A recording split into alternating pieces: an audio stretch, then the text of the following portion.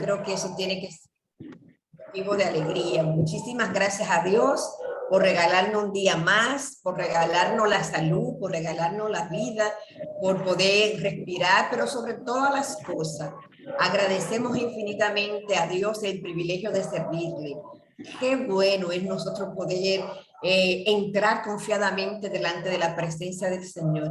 Qué bueno es tener el privilegio de poder decir, Padre nuestro que estás en los cielos. De verdad que somos más que bienaventurados por nosotros haber reconocido que Dios es nuestro Señor, pero que también necesitábamos un Salvador. Dios nos bendiga muchísimo en esta noche.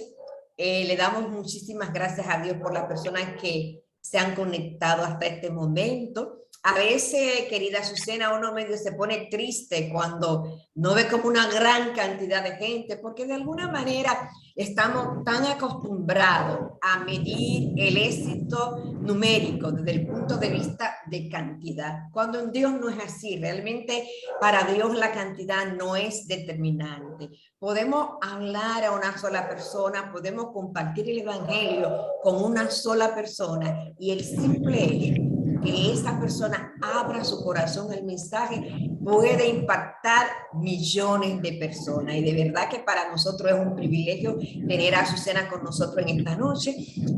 Quiero decirle a nuestra querida pastora Sobeida, que está con nosotros. Sobeida estuvo con nosotros el viernes pasado con el conversatorio Mujeres e Identidad, y que justamente ya la cantidad de personas que han visto ese video en mi canal, Jocelyn Rivera, liderazgo.clave, alcanzan más de 200 personas. Entonces, lo que quiero decir es que la magia de la tecnología es extraordinaria. Ahora tal vez solamente habemos 5 personas, pero eso no significa que este gran manjar que nos ha preparado nuestra querida Azucena solamente se va a quedar en este grupito. Desde ya le decimos a ustedes que si quieren invitar a cualquier persona para que participe de este importante conversatorio, por favor, le pedimos que le estén compartiendo el enlace de Zoom que le estuvimos enviando a ustedes. Para mí es más que un privilegio en esta noche poder presentar a Azucena López.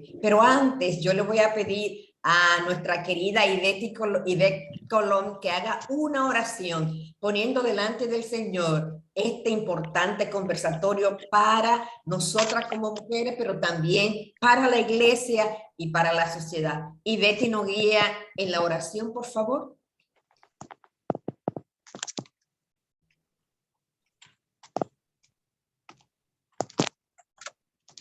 Amén.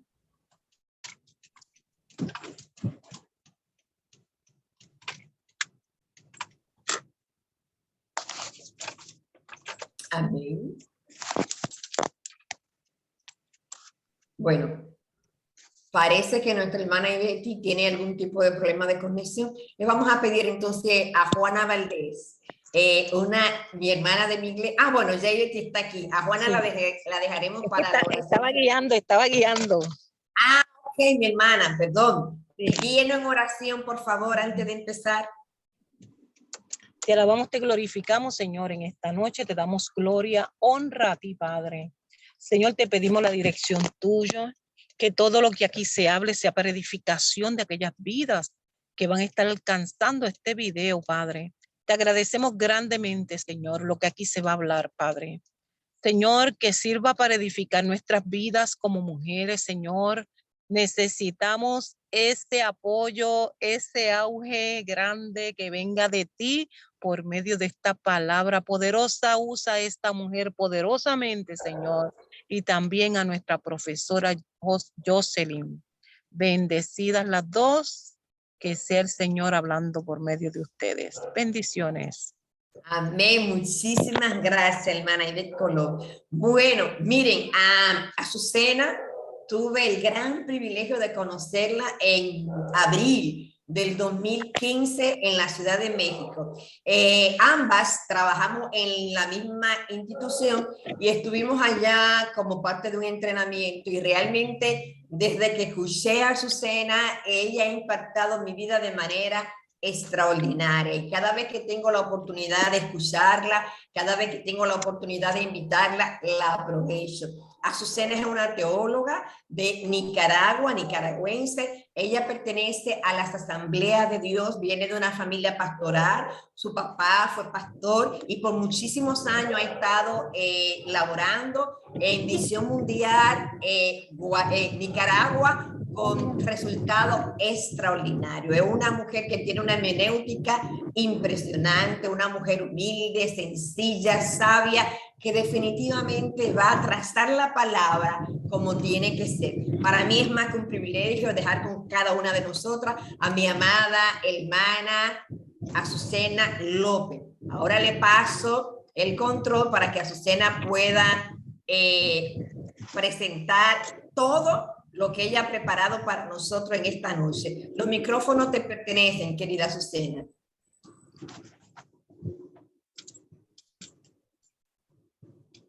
Muchas gracias, estimada Jocelyn. Me siento muy bendecida por darme este hermoso privilegio de compartir una temática que es siempre pertinente. Lamentablemente, el Día de la Mujer solo se recuerda en el mes de marzo, pero las enseñanzas de Jesús en relación a las mujeres las tenemos en las Escrituras para todos los días. Y en ese sentido, me siento feliz de poder ser portadora de las enseñanzas de Jesús, sobre todo cuando hablamos de este tema que me pidió Jocelyn, como es el desarrollo integral de la mujer. En realidad, en los evangelios tenemos mucho material que nosotros podemos explorar y podemos profundizar con la intención de identificar aquellas enseñanzas que son liberadoras en relación a la posición de la mujer delante de Dios y sobre todo cómo el Señor realiza una demostración no solamente a nivel de discurso, a nivel de lenguaje, sino también con toda una práctica que obviamente para su tiempo implicaba desafiar los esquemas culturales y también religiosos. Así que en este momento voy a estar abordando el desarrollo integral de la mujer y quiero hacerlo a la luz de las enseñanzas de Jesús, basándome en el Evangelio de Juan específicamente, porque el Evangelio de Juan tiene una perspectiva interesantísima alrededor del ministerio de las mujeres. Creo que vale la pena enfocarnos acá en este Evangelio e identificar todas esas enseñanzas valiosas que el Señor nos da a través de su palabra. Un poco del contexto tiene que ser lo que estaba ocurriendo alrededor de las mujeres en el tiempo del Nuevo Testamento. Si nosotros logramos entender lo que el contexto ofrecía, lo que el contexto tenía como cosmovisión, es decir, a nivel de pensamiento, a nivel de percepción, a nivel de valor y a nivel de práctica, eso nos ayuda a entender con mucha mayor claridad lo que Jesús estaba queriendo hacer en relación a las mujeres. En primer lugar, recordar que ser mujer y ser niña en tiempos de Jesús no era algo sencillo. No era una práctica fácil, porque en realidad implicaba cosas muy difíciles que sencillamente se tenían que aceptar como la única verdad y como lo reconocido en la sociedad como mandato, pero también como la única posibilidad que las mujeres tenían. Así que, en primer lugar, tenemos que referirnos al espacio. Las mujeres tenían un espacio.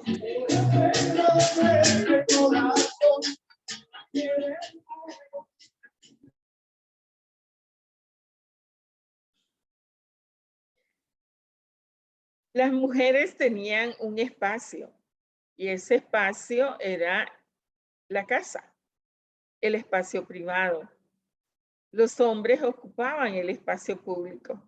Obviamente, si, por ejemplo, el liderazgo de una ciudad estaba en el espacio público, obviamente estaba ocupado por varones.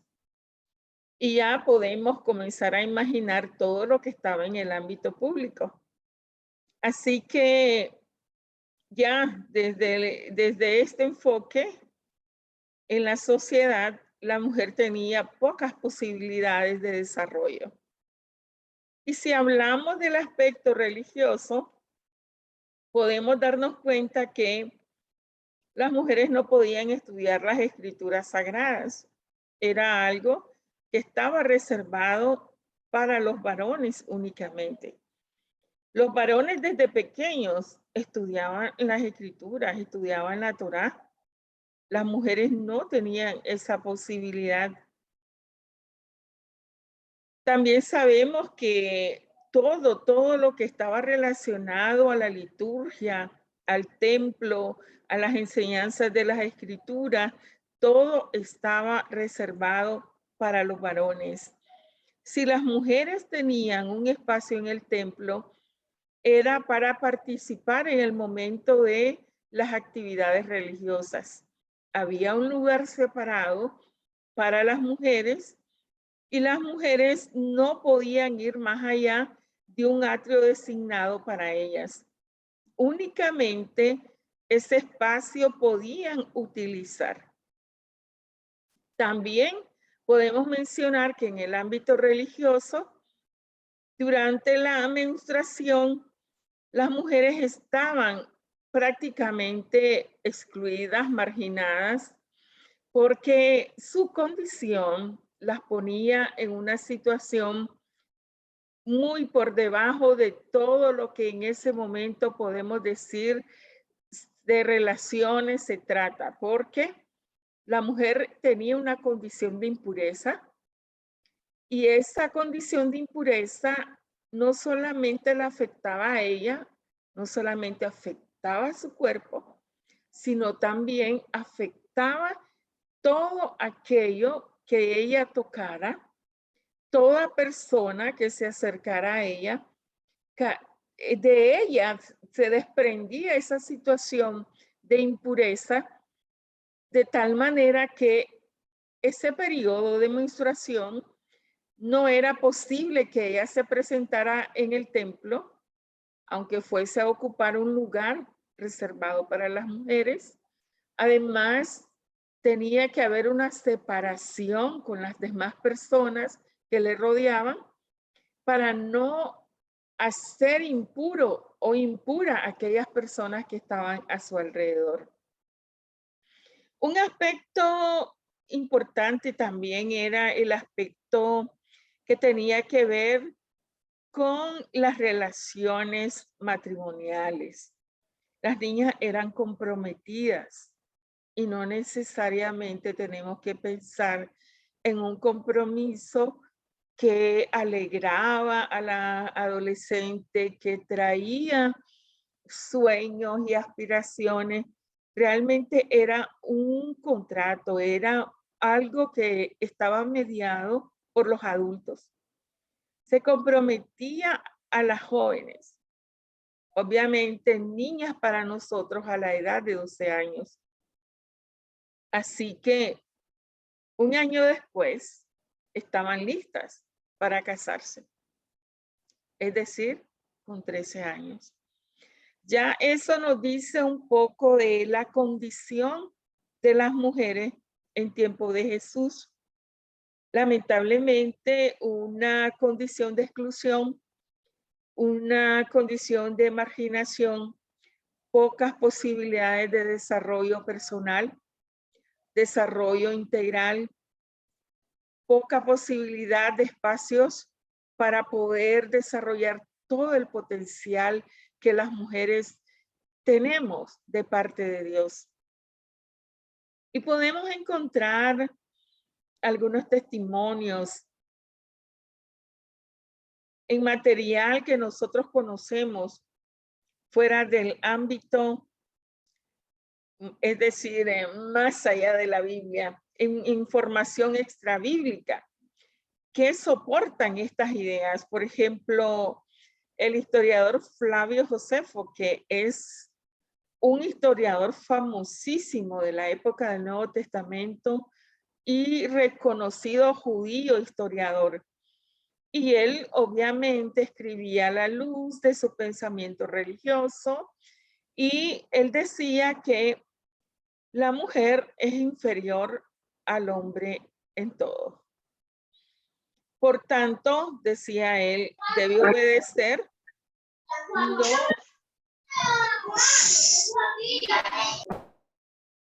Por tanto, vamos a pedirle a Ángela Pérez que cierre el micrófono, por favor. Por tanto, debe obedecer no para ser violentada, sino para ser mandada, pensaba Flavio Josefo. Pues es al hombre a quien Dios ha dado el poder. Ahí podemos ver el pensamiento de un hombre judío muy famoso, reconocido en aquella época, en la época de Jesús. Y también hay un escrito de un famoso rabino judío, Yosef Yohanan, que decía, no hables mucho con una mujer, porque todos sabemos y alguna vez lo hemos escuchado cuando hay algunas reflexiones bíblicas en relación al trato de la mujer en la época de Jesús. Y sabemos que no era posible que la mujer hablase en público con hombres excepto su marido. Y aún con su marido, muchas veces se relegaban esas conversaciones en el espacio privado, la casa. Entonces, acá Yosef Yohanan decía, no hables mucho con una mujer.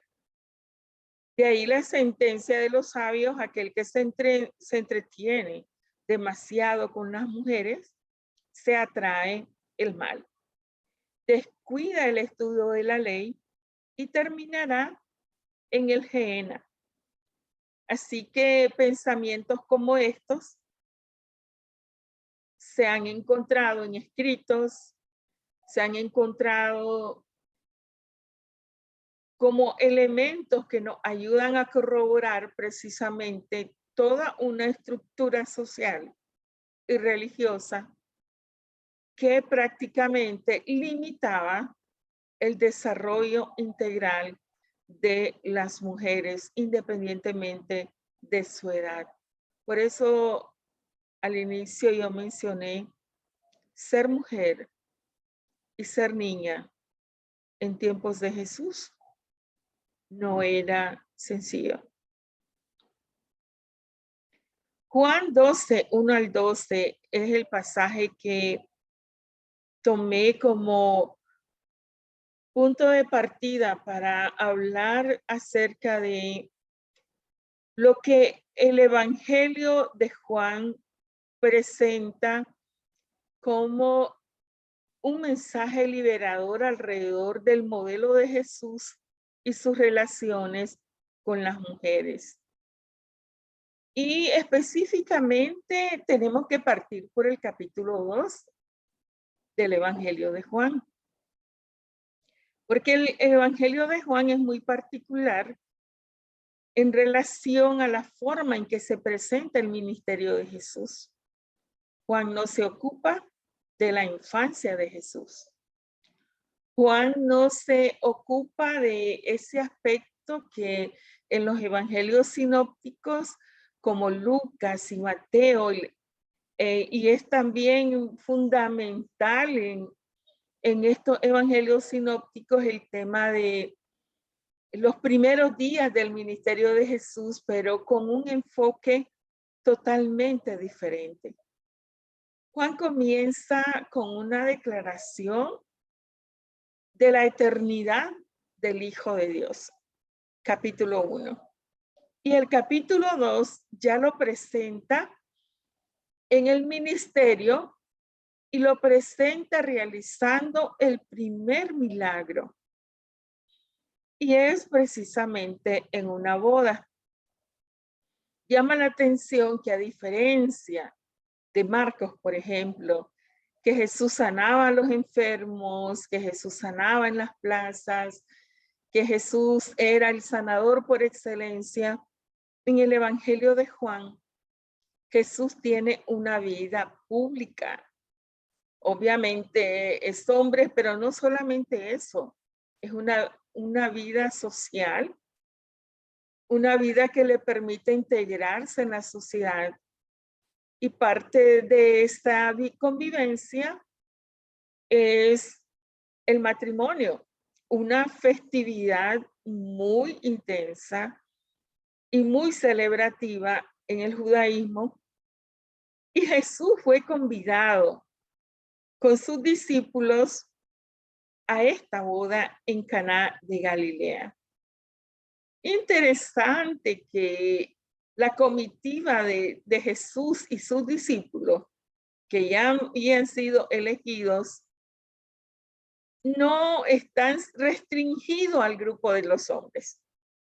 Y ya aquí encontramos la presencia de una mujer en ese relato, y es la madre de Jesús. Si el milagro ocurre en el capítulo 2 de este evangelio, es porque se presenta una necesidad y porque hay alguien que remite esta necesidad a Jesús. Y aquí tenemos que hablar del rol de María, la madre de Jesús. Interesantemente, las bodas tienen un valor muy significativo en todas las escrituras, desde el Antiguo hasta el Nuevo Testamento. Por algo, la relación entre Jesús y sus seguidores, o entre Dios e Israel, es utilizada la metáfora del matrimonio para hablar de esta relación. Y cuando nosotros vamos al Apocalipsis, vamos a encontrar que la gran fiesta, la gran celebración del reino de Dios será en las bodas del Cordero.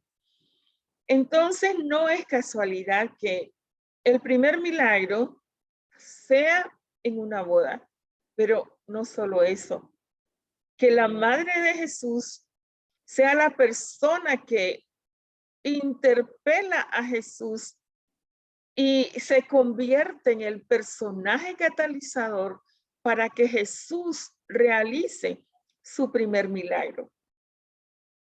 Ya de entrada el evangelio presenta una imagen poderosa de lo nuevo. Y aquí encontramos entonces que en medio de la fiesta, y yo siempre he admirado el tema de las bodas, el tema del matrimonio.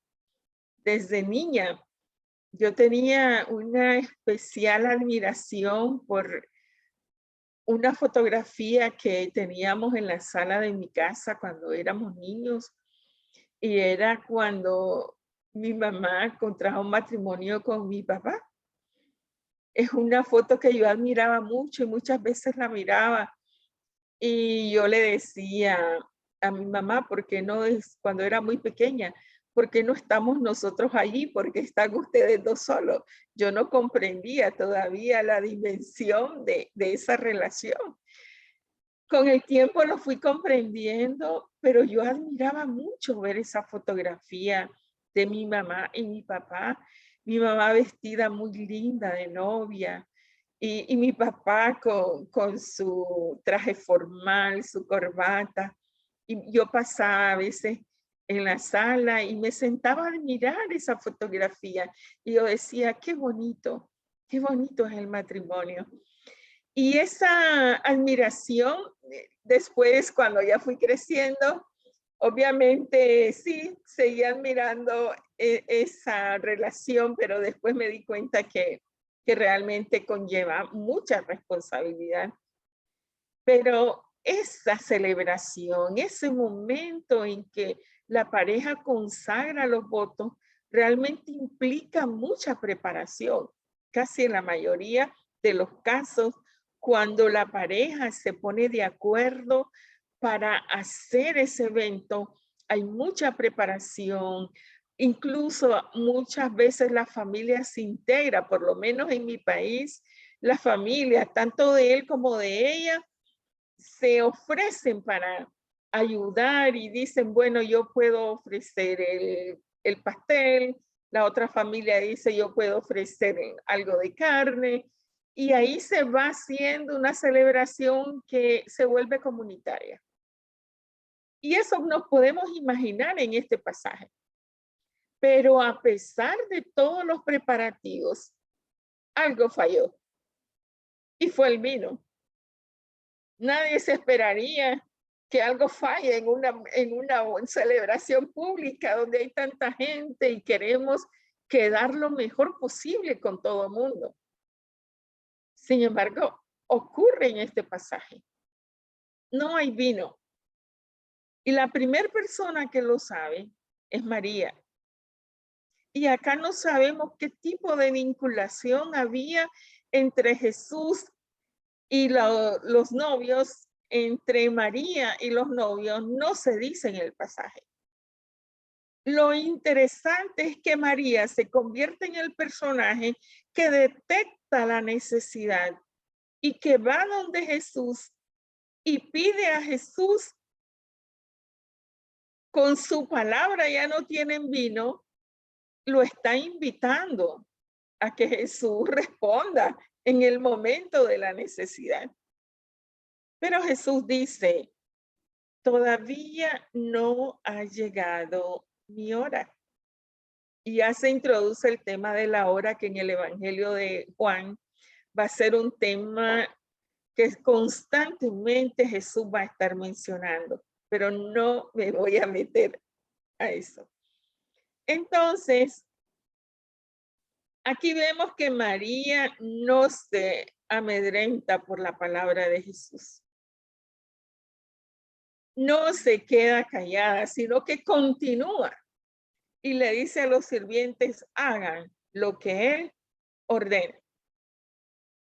Así que inmediatamente Jesús ordena qué es lo que se va a hacer. Y ya conocemos el resto de la historia. Jesús convierte en vino 6 tinajas que fueron ocupadas con agua. Según los cálculos, cada tinaja que se utilizaban en la purificación tenían capacidad de 50 litros. Si multiplicamos 6 por 50, entonces estamos hablando de 300 litros de vino que Jesús puso a la disposición de aquella celebración. Y a veces este pasaje ha perdido valor, el valor teológico y espiritual que tiene, porque nos entretenemos preguntando cómo es posible que Jesús va a poner un vicio en una celebración para que todo el mundo esté ebrio, y comenzamos a decir, no, es que era un vino nuevo o era un vino que no estaba añejo, que no provocaba ebriedad en las personas, y nos perdemos en esa discusión. Pero yo quiero traer a la reflexión en esta noche el hecho que en medio de esa celebración que tenía un valor simbólico para el pueblo y que tiene un valor teológico en las escrituras, porque habla de la nueva relación de Dios con su pueblo. Ese milagro, ese evento, el milagro que Jesús hace, aunque su hora no había llegado, está mediado por una mujer. Y esa mujer es María, la madre de Jesús. Ella se convierte en el personaje catalizador que hace que Jesús, quien considera que no era su hora, al estilo de Esther, que no había sido mandada a traer por el rey, en otras palabras, no era su turno. Sin embargo, Esther arriesga todo, va donde el rey Asuero y él le extiende el cetro y accede a hablar con ella, y ella logra y se convierte en el personaje catalizador que logra que alguien en una posición de poder realice algo para bienestar de otros. Al estilo entonces de esa historia de Esther, María recurre a Jesús, quien Jesús no la ha llamado a ella. Jesús no la ha puesto ahí en el camino a que haga algo, en la casa, en la historia. Jesús todavía dice, mi hora no ha llegado. En otras palabras, no es mi turno que yo haga algo en este momento. Pero María se arriesga. Y sigue, continúa. Porque cree que sí es la hora. Es la hora del vino nuevo. Y Jesús hace el milagro. Es un mensaje realmente muy poderoso. Y podemos ver que de esta manera, en este pasaje, ocurre un milagro que va a permear todo el evangelio y que nos va a seguir presentando cosas novedosas en relación a la forma en que Jesús trata y ve y el lugar que él le da a las mujeres. Los sirvientes llenaron hasta el borde las tinajas. Y Jesús les dice, llévenlo al encargado del banquete. Y el encargado del banquete probó el agua convertida en vino, sin saber de dónde había salido, aunque sí lo sabían los sirvientes, y obviamente lo sabía Jesús y lo sabía María.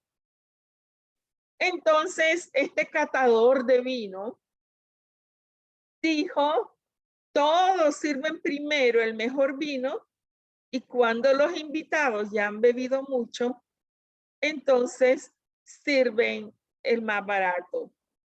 Pero tú has guardado el mejor vino hasta ahora. Esta primera de sus señales la hizo Jesús en Caná de Galilea, y así reveló su gloria, y sus discípulos creyeron en él. Aquí estamos frente a la gran enseñanza reveladora del Evangelio de Juan. La mujer se convierte, como dije, en el personaje clave para que el vino nuevo llegue, para que lo nuevo en la relación entre Dios y su pueblo, la relación entre Dios y las personas, la relación que Jesús va a restaurar del ser humano con Dios, del ser humano con otras personas, del ser humano consigo mismo, comienza en estas bodas. y es mediada por una mujer. Y Jesús permite que esta mujer realice lo que ella considera que debe hacer en el ámbito de la casa. Interesantemente, Jesús permite a la mujer que se mueva en el ámbito de la casa, pero a la vez un ámbito en que está en ese momento rodeada de otros hombres. Y es la ocasión cuando Jesús revela su gloria. Y los discípulos creyeron en él, porque los milagros de Jesús tienen como propósito fortalecer nuestra fe. Después de esto, Jesús bajó a Capernaum con su madre, sus hermanos y sus discípulos, y se quedaron allí unos días. María es parte de la comitiva de Jesús. María es parte de los seguidores de Jesús. Ya desde el comienzo se hace visible una mujer en el ministerio de Jesús. El vino nuevo ha llegado y Jesús está invitando a tomarlo. Porque Jesús quiere transformar relaciones. Y por esa razón podemos decir con toda certeza, estimadas hermanas, podemos decir con toda certeza que si hay alguien que salva al cristianismo, es Jesús. Porque el cristianismo surgió en un contexto llamado Medio Oriente, donde hay una marginación increíble a las mujeres.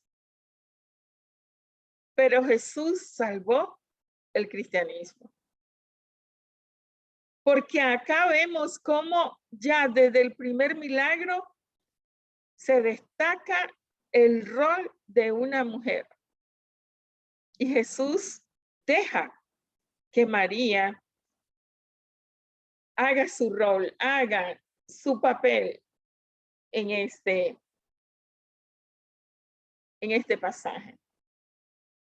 Por lo tanto, Jesús habló y socializó en público con las mujeres. El Evangelio de Juan lo demuestra desde el primer milagro. Jesús habla con una mujer en público delante de los demás hombres cuando ella se acerca y le pide ayuda. Jesús no tiene problemas con eso. Y después lo hace con la mujer samaritana. También lo hace con las hermanas de Lázaro, María y Marta. El Evangelio de Juan entonces viene a poner en evidencia toda una práctica cultural y religiosa que limitaba el desarrollo de las mujeres.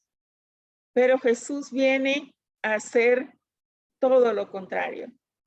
Jesús anuló la costumbre social cuando permitió que las mujeres lo siguieran en público. Eran parte de la comitiva de Jesús. Jesús aceptó. Y ya hoy se dice ampliamente que las mujeres también fueron discípulas de Jesús, aunque no se les reconozca como tal en los evangelios, que viajaban con él a todas partes y que dentro de esa comitiva muchas veces quedan ocultas las mujeres cuando se habla de multitud, cuando se habla de mucha gente que le seguía. Pero dentro de los seguidores había mujeres y niños, aunque no se contaban ni las mujeres ni los niños.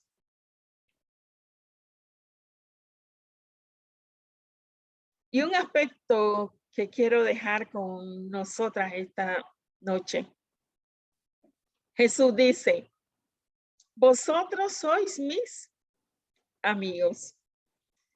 El evangelio de Juan es el único evangelio que habla de la amistad como la relación que caracteriza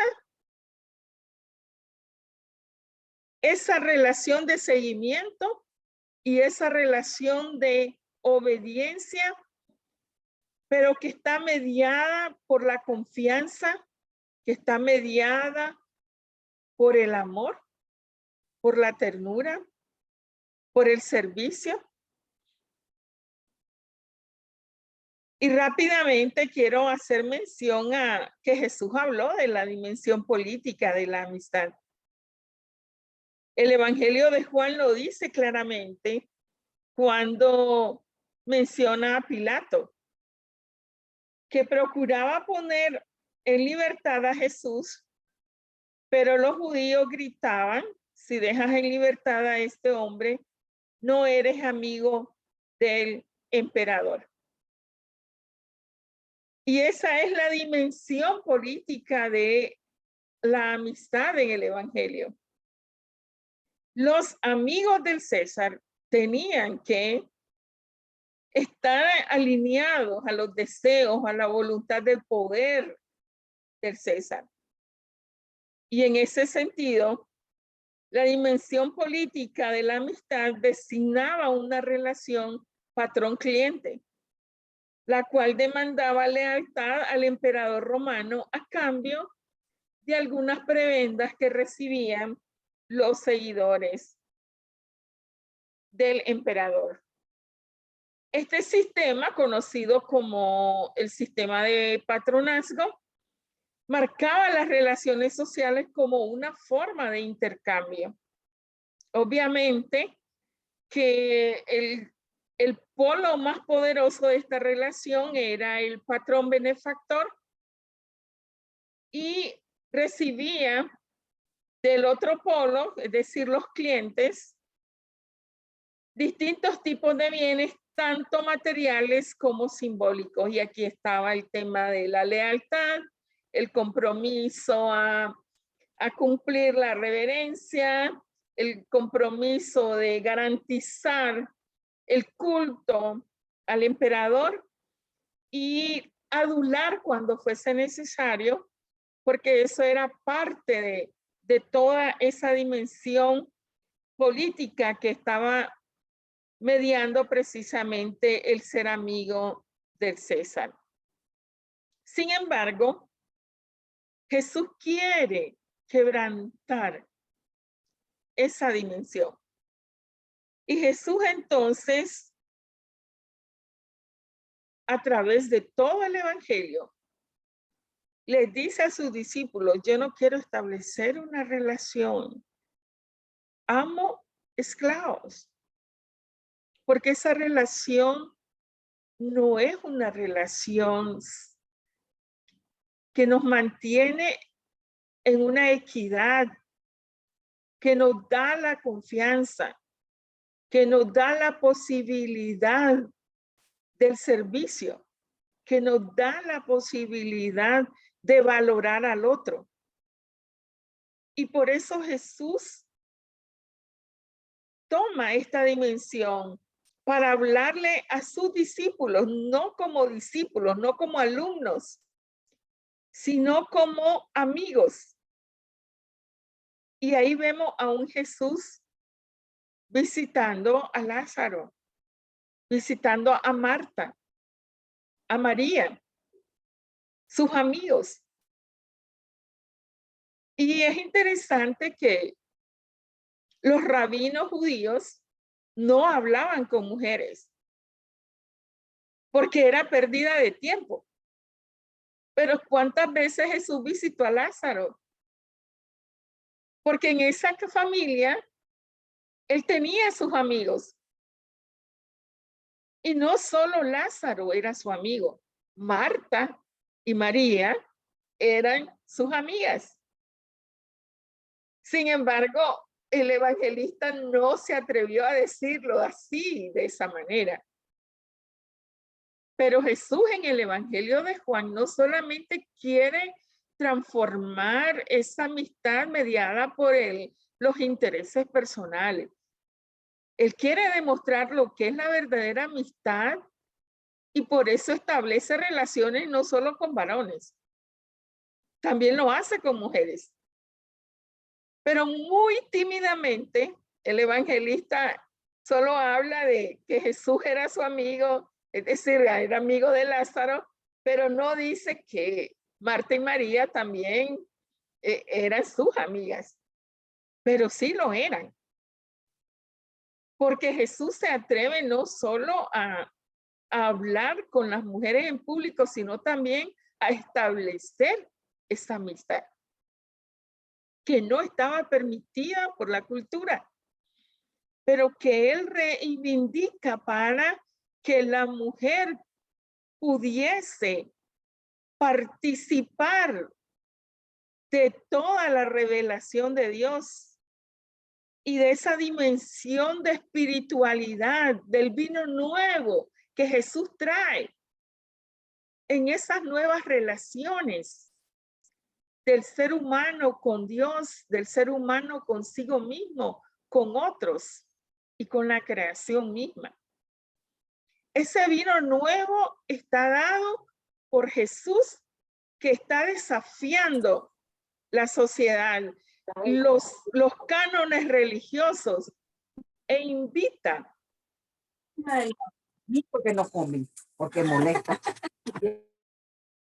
E invita a nosotros a que nosotros también miremos cómo las mujeres también tuvieron la posibilidad de ser parte de esta propuesta de Jesús, integradora, inclusivista o inclusiva, que permitía entonces que la mujer recobrase un espacio que hasta ese momento la cultura, la sociedad y la religión no se lo estaban permitiendo, no se lo estaban dando.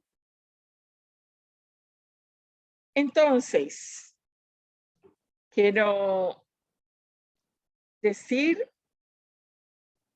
que Jesús es muy claro. Él vuelve a los mandamientos y dice que el mandamiento es que os améis unos a otros como yo os he amado. Y nadie tiene mayor amor que este, que uno ponga su vida por sus amigos. Vosotros sois mis amigos si hacéis lo que yo os mando. Ya no os llamaré siervos, porque el siervo no sabe lo que hace su Señor, pero os he llamado amigos, porque todas las cosas que oí de mi Padre os las he dado a conocer. No me elegisteis vosotros a mí, sino que yo os elegí a vosotros y os he puesto para que vayáis y llevéis fruto y vuestro fruto permanezca, para que todo lo que pidiereis al Padre en mi nombre, Él os lo dé. Esto os mando, que os améis unos a otros. La grandeza de la enseñanza de Jesús es y está basada en el amor de Dios. Está basada en el amor que se fundamenta en una relación simétrica, que permite que la persona realmente reciba el valor que tiene, desarrolle sus capacidades y algo todavía mucho más profundo en todo esto es que quien ha tomado la iniciativa es Jesús mismo, porque Él es quien ha buscado la amistad con el ser humano. Y ahí tenemos a Jesús, a un Jesús que se muestra amigo. Y el tema de la amistad que Jesús aborda en el Evangelio de Juan específicamente, Juan 15, 12 al 17, es abordado en el contexto del mandamiento del amor. Jesús, entonces, es quien toma la iniciativa en esa relación de amistad, pero no solo con sus discípulos varones, también con las discípulas, con esas mujeres que no son reconocidas como tal, pero que el evangelista, aunque sea tímidamente, destaca en su evangelio. Porque Jesús personifica la amistad al entregar su vida por sus amigos y por sus amigas también. Desde la perspectiva de Jesús y de sus enseñanzas, amistad y amor son inseparables. Más que un simple paradigma moral, Jesús es el amigo y quien ama primero. Por lo tanto, si hemos de decir que los evangelios con el mensaje de Jesús y el reino de Dios salvaron el cristianismo de una cultura androcéntrica, de una cultura centrada en el varón, que no permitía que la mujer desarrollara todo su potencial, desarrollara integralmente. Jesús, con sus enseñanzas, viene y nos trae el vino nuevo de una relación nueva. Y por eso vemos a Jesús hablando con la mujer samaritana en público, en plena luz del día. Un diálogo que no se logró con Nicodemo. Nicodemo, el intérprete, el maestro de la ley, se quedó callado, no logró entender nada cuando Jesús habla del nuevo nacimiento. Pero cuando la mujer samaritana habla con Jesús, se establece el diálogo teológico que no se logró entre Jesús y Nicodemo. Pero las mujeres no iban a la escuela de los intérpretes de la ley porque no les era permitido. Las mujeres, y peor una samaritana, que estaba en una condición todavía más vulnerable, no estudiaban la ley, pero la mujer samaritana conoce la ley, habla con Jesús de tradiciones, de Jacob, del pozo de Jacob, del tema de la adoración, el lugar de la adoración. Y le dice a Jesús, me parece que tú eres profeta. Y al final, ella corre al pueblo y la mujer sale del ámbito privado de la casa y va al espacio público reservado a los varones y sale corriendo a dar testimonio de lo que había vivido al hablar con Jesús. Entonces la mujer testifica. La mujer habla de la identidad de Jesús. Y todavía más profundo cuando vemos que el Evangelio de Juan no solo conserva la confesión de Pedro, cuando le dice, tú eres el Hijo de Dios, tú eres el Hijo del hombre, tú eres el Cristo, el Hijo del Dios viviente.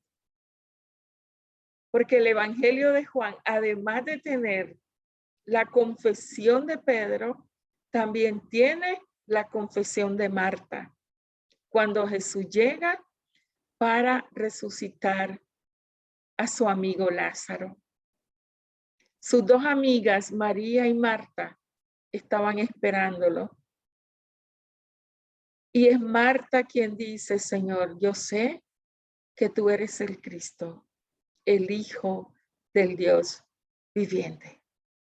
Y ahí tenemos dos declaraciones de la identidad de Jesús. La de Pedro y la de Marta. Y de la misma manera, Marta lo hace en público.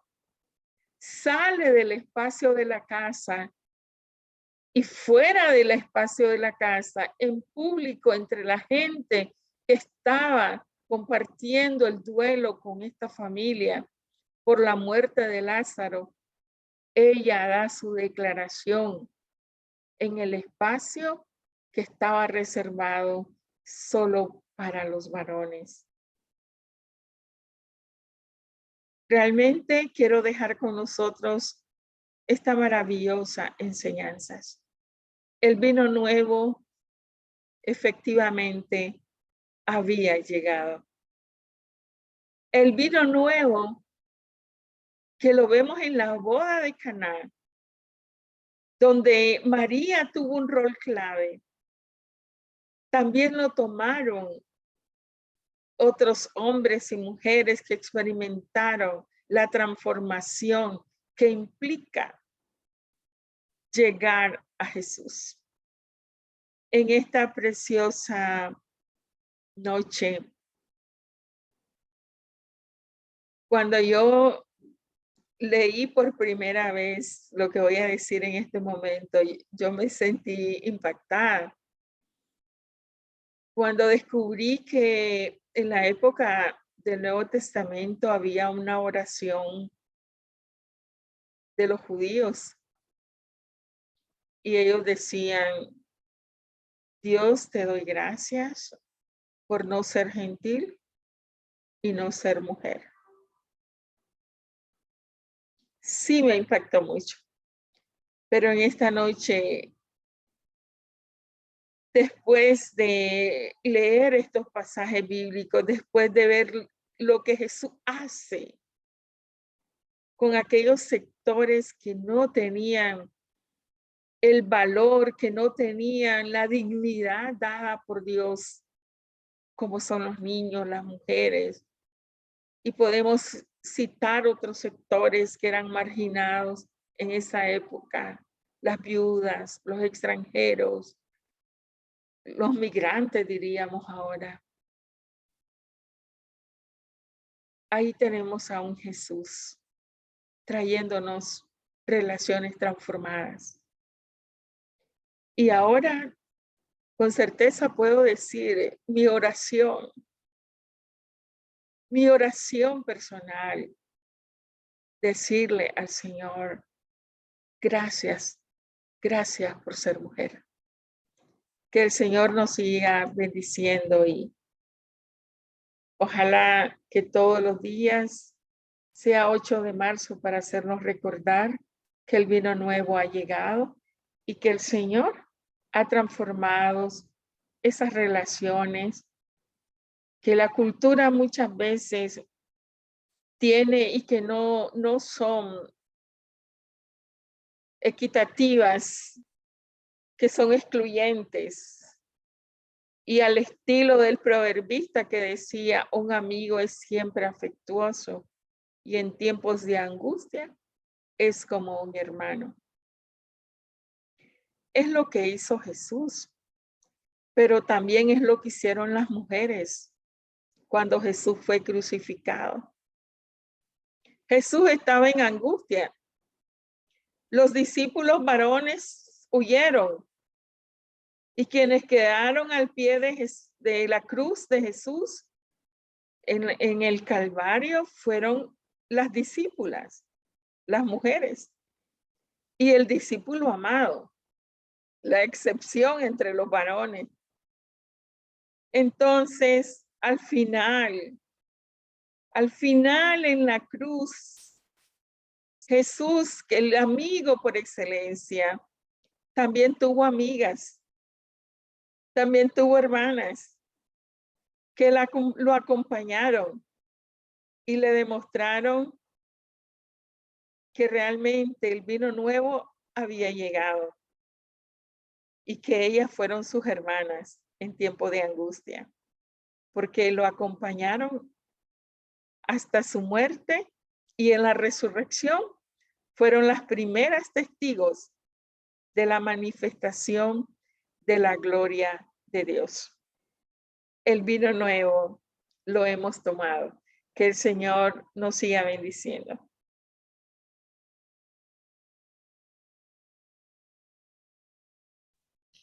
Muchísimas gracias, Azucena, por estas reflexiones y por este contenido tan relevante que ha compartido con nosotros en esta noche. Muchísimas gracias. Queremos invitar a las personas que están participando en el vivo que si tienen alguna pregunta, algún comentario que hacer a propósito de la presentación que acaba de hacernos Azucena, este es el momento adecuado para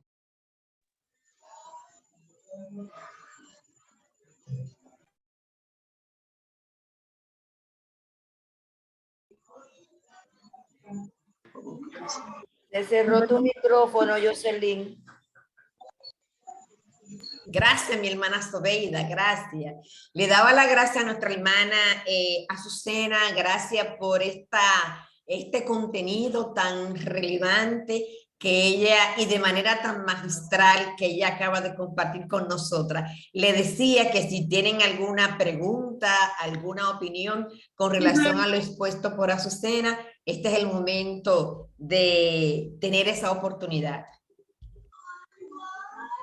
¿Tienen alguna pregunta? Un pequeño comentario. Amén, mi hermana. Sí, buenas noches y Dios les bendiga. Amén. Felicitar a la hermana Azucena, extraordinaria su exposición y enfoque muy bíblico, pero un enfoque extraordinario de lo que es la mujer contextualizado con la palabra y con el propio Jesús. Es algo que nos levanta para las que todavía entienden que no tenemos relevancia como mujer. Nunca la vamos a tener por encima de los hombres porque hay un orden establecido y que además no es una cuestión de competencia, cuál es más fuerte, si hombre o si mujer, sino que él se puso a señorear. Con el hombre siendo la cabeza, pero extraordinario lo que escuché en esta noche. Gracias por compartirlo, Azucena, y gracias, Jocelyn, también, por hacernos Amén. parte. Gracias, querida pastora. Decía Azucena al inicio de su presentación que ser niña y ser mujer en el tiempo de Jesús no era nada fácil.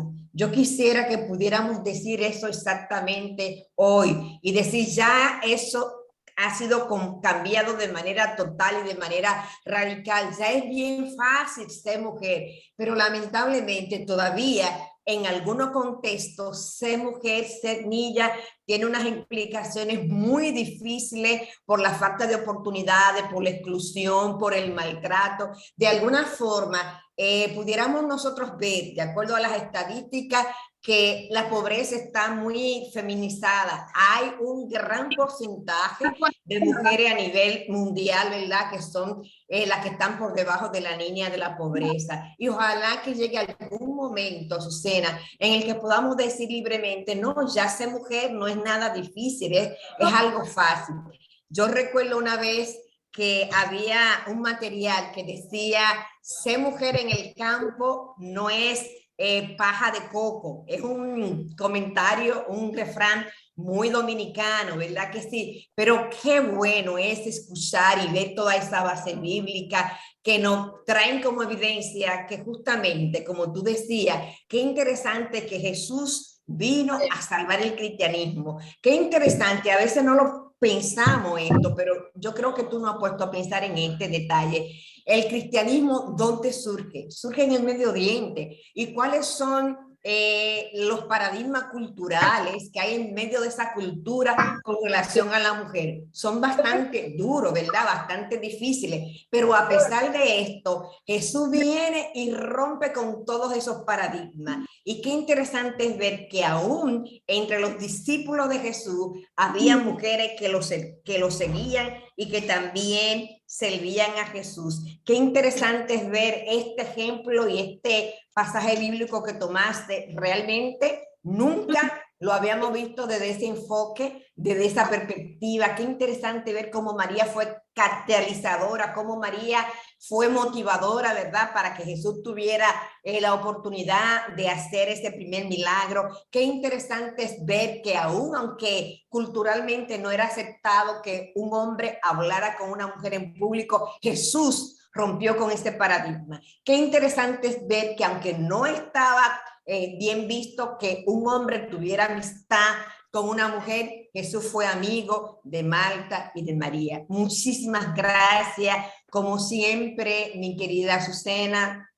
Mucha tela por donde cortar con esa paciencia, como tú tienes esta capacidad de conducirnos a través de todo, en este caso del libro de Juan, que lo vamos a leer con este nuevo enfoque, esa paciencia, esa sabiduría que Dios ha puesto en ti y esa capacidad de interpretación, de análisis bíblico que Dios te ha dado. Muchísimas gracias por compartir todo esto con este público de Liderazgo Punto Clave y de alguna manera edificarnos en un tema tan interesante, no desde el conflicto, no desde la imposición de un género sobre otro, sino desde el amor. Muchísimas gracias. Aquí tenemos a Ángela Pérez, que tiene la mano levantada, y antes de hacer nuestra oración de despedida, vamos a permitir que ella opine o pregunte lo que quiere. Ángela, tiene la oportunidad. Hola, buenas noches, ¿cómo está? Muy bien, querida. Bendiciones para todos. Sí, me gustó mucho todo, está muy lindo. Gracias a Dios, podemos ver y escuchar el bello mensaje que nos dieron. ¿Me escucha? Amén. Muy bien. Sí, me gustó todo. Muchas gracias, bendiciones para todos. Amén. Muchísimas gracias a ti por permanecer hasta el final. No sé si todavía nuestra hermana Juana Valdés está con nosotros. Si ella no está, entonces le vamos a pedir a nuestra hermana Sofía que sea la persona que nos esté despidiendo en esta noche. No sin antes agradecer la presencia de Ángela Pérez, de Dolca Rivera, mi querida hermana, de Mariel Ortega, que está con nosotros, de nuestra hermana Yolanda, Sofía y nuestra pastora Sobeida. Muchísimas gracias y pronto estaremos subiendo esta conferencia a nuestro canal Liderazgo Punto Clave para que ustedes puedan volver a escucharla y también puedan compartir el enlace con muchísima gente que por alguna circunstancia no ha estado en esta conferencia en vivo, pero tendrán la oportunidad de analizarla, de escucharla y de compartirla con muchas personas más. Dios le bendiga muchísimo y que la paz de Dios, que sobrepasa todo entendimiento, esté guardando nuestros corazones y nuestros pensamientos en Cristo Jesús, Señor nuestro, y que sepamos que somos canales de amor en medio de esta sociedad tan excluyente y tan violenta. Dejamos a nuestra hermana Sofía que nos despide en esta noche.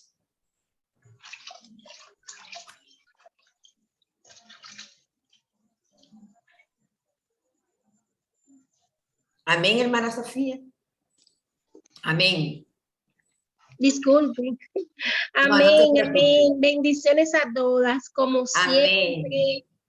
Qué hermoso, cuánta sabiduría, cuánta paciencia, así como decía la profesora, con cuánto amor, con cuánta gracia nos hemos recibido la exposición de la hermana Azucena.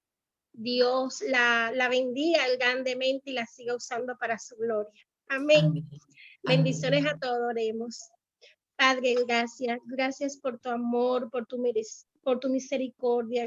Gracias, Señor, por tantas bendiciones, por esta oportunidad, Señor, por tantos conocimientos recibidos de tanto valor, Señor, sabiendo que tú guías nuestros pasos, Señor, que pones en nosotras el querer como el hacer, Señor, que pones en nosotras el querer de poner en práctica y de compartir con todas aquellas personas que no te conocen los conocimientos adquiridos, Señor. Ahora, mi Dios, de manera especial, te presentamos a nuestra profesora Jocelyn y a la hermana Azucena, para que tú las sigas usando para tu gloria, Señor, llenándolas de sabiduría, Padre Santo. Y te presento a cada hermana y a cada hogar aquí representado, Señor, para que tú los bendiga con toda bendición del cielo. En el nombre poderoso de Jesús, amén. Dios les bendiga. Amén. Muchísimas gracias, querida Sofía. El viernes de la próxima semana, Dios mediante, para cerrar con este ciclo de conferencia a propósito del Día Internacional de la Mujer, tendremos con nosotros a Odelice Ramírez. Odelice Ramírez es la directora fundadora del Ministerio Lazo de Amor Internacional. Y con ella estaremos hablando a propósito de la mujer en el ministerio. Dios ha utilizado su vida de manera extraordinaria para bendecir a lo largo de todos estos años a personas